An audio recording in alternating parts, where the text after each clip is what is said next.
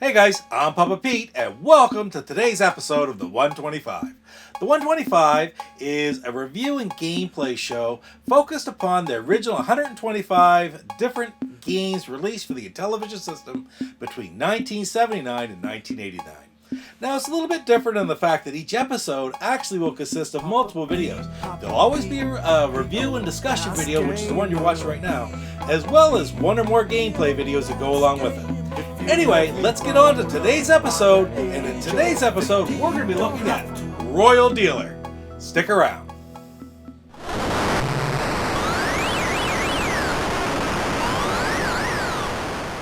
Royal Dealer was produced for Mattel Electronics by APH Technological Consulting back in 1982 with Rich O'Keefe as the lead programmer. Released as part of the Gaming Network, Royal Dealer was basically a one-player game with 4 different card games. Now, as opposed to the typical gambling-style card games that were common at the time, the poker, the blackjack, etc., that were already out for the Intellivision as well, Mattel decided to take a bit of a chance and release a cartridge with 4, I'll call them card party style games instead of the normal gambling things. And the 4 games, they were Gin Rummy, Rummy, Crazy Eights, and Hearts. They were games that you'd see more likely at a church hall or maybe in the living room sitting around on a lazy Sunday afternoon than typically on a video game cartridge. I'm not going to go into the rules of each of these card games because you can read the manual for that, or maybe you know the rules already, but what I do want to bring up are some of the differences between the games on the Royal Dealer cartridge and what I remember them as I played them when I was a kid. I learned some of these games later on, but I mean, some of the ones, especially Crazy Eights, I started playing very young. Crazy Eights is a game that was really one of the very first games I learned as a kid, right after probably Go Fish and Old Maid. We all played Crazy Eights when we were young, and we know the object of the game is to get rid of all your cards first by following the last player's suit, or playing the same type of card or number of card and changing the suit, with also having 8s wild and giving you the ability to change the suit to whatever you want when you play one. Now, if these are the only rules you'll use, then you're going to recognize Crazy Eights in Royal Dealer. But one thing that I noticed and was quite surprised actually was that some of the common rules that we used when we played Crazy Eights just weren't even there. For example, we always played that when you played a 2, it made the next person in line pick up 2. Not only that, but if they could put a 2 on top of that, it would accumulate. So you could have 2, pick up 4, pick up 6, pick up 8. And then there's a second thing which also is quite a bit different. Is we always played where the Queen of Spades was pick up 5. And that's not in this game either, but that used to accumulate as well. So you could play the 2 of spades, then somebody could play the Queen of Spades on top of it to make you pick up 7. It was really cutthroat at the time. Now, the other thing that was different from not in this game that we always played was also when you played a jack, the next person missed their turn. So if you're playing 2-player, you got to play twice in a row. And if you're playing with a group, it's just the person to your left that skipped. Now, I don't know if these are regional rules or they're common rules or what. They aren't in Royal Dealer. I'm sure different areas have different rules for Crazy Eights, but we've all played some version of the game.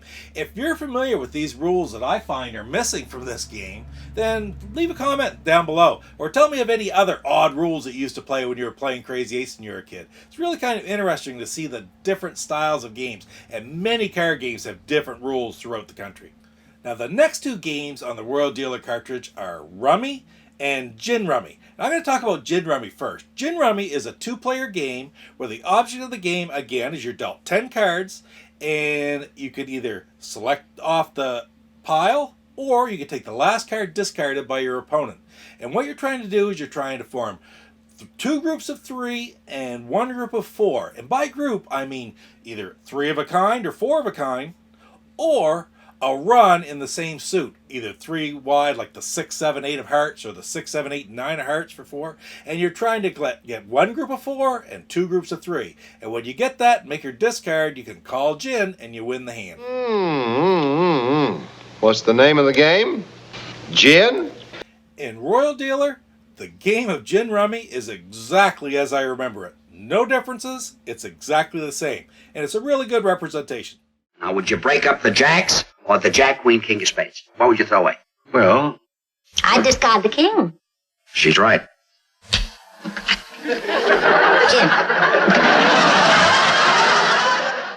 Now, as for Rummy on Royal Dealer, I don't believe it represents the Rummy that I remember in the least little bit. Basically, in Royal Dealer, all the Rummy game is, it's a more than two-player version of Gin Rummy, and you only have to get one group of three and one group of four instead of two, three, and a four.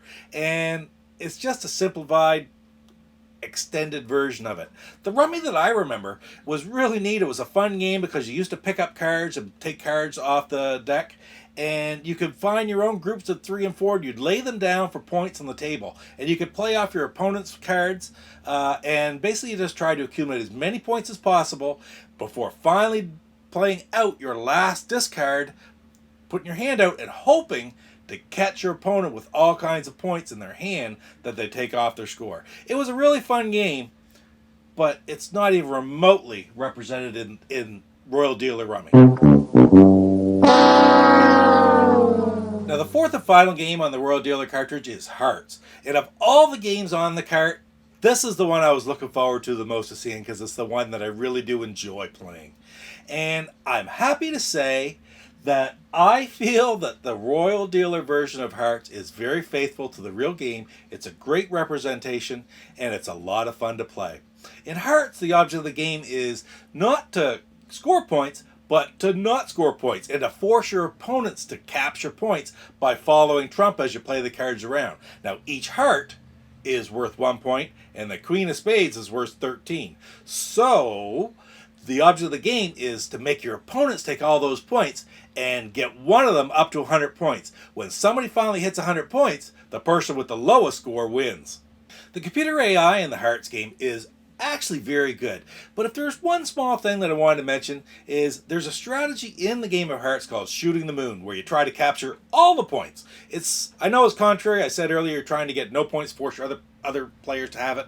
But if you can manage to capture all 26 points, that's all 13 hearts plus the Queen of Spades, you will go up 0 points, but every one of your opponents, all 3 of them or 2 of them, will go up the 26. So it's a great strategy if you're way behind, but it's very risky to do. And the AI, which of course there's lots of AI challenges in these games back in those days, the AI of the computer players really doesn't recognize when a person or another computer player is trying to do this, because there's also a strategy for stopping a person from doing it as well. It's a very minor complaint, and frankly, the fact that the computer AI doesn't really stop the player from shooting the moon, it doesn't really take away from the fun of the game.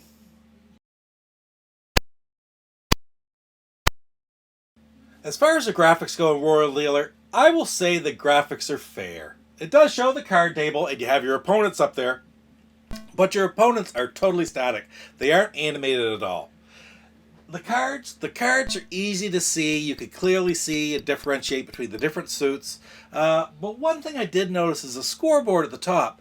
There's a lot of scores, including the player score, which is in white, and it's very difficult to see in the yellow background. Plus, in Crazy Eights, which you see on here, it has the number of cards that the person has left in their hand underneath their score.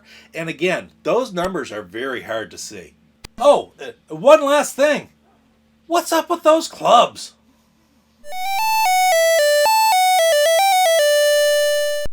As far as sound goes in Royal Dealer, it's very rudimentary, very basic, with the standard clicks, shuffle sounds. But one thing about it is when you win or you lose, there's a little tune at the end of the game, and they're a nice little addition. Nothing fancy, but it's clear whether you won or lost based upon the tune that plays.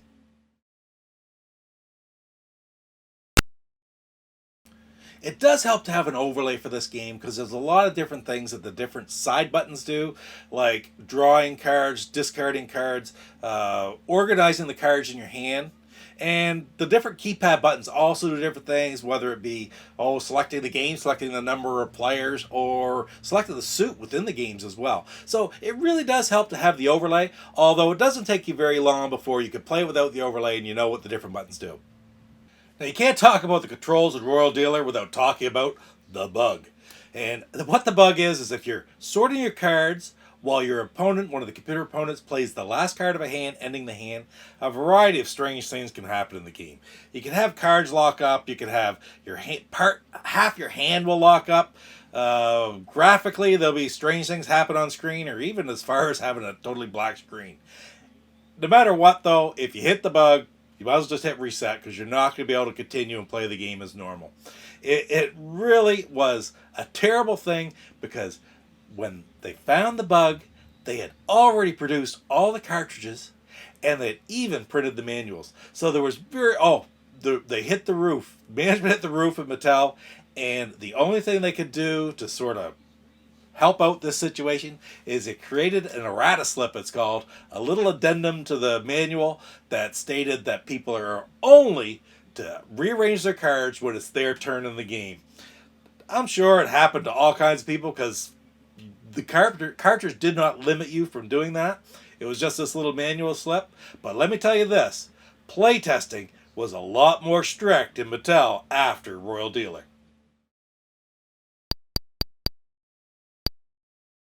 Now remember, I didn't have Royal Dealer when I was younger. I've had it for a few years now, and I played it a bit, and I played a lot of other card games that are very similar to this later on. So I'm thinking of this sort of as one of the original ones back in the day to have these card party games.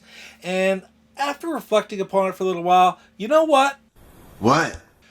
I really think Mattel deserves some credit for taking the risk and releasing these card party style games onto the console market.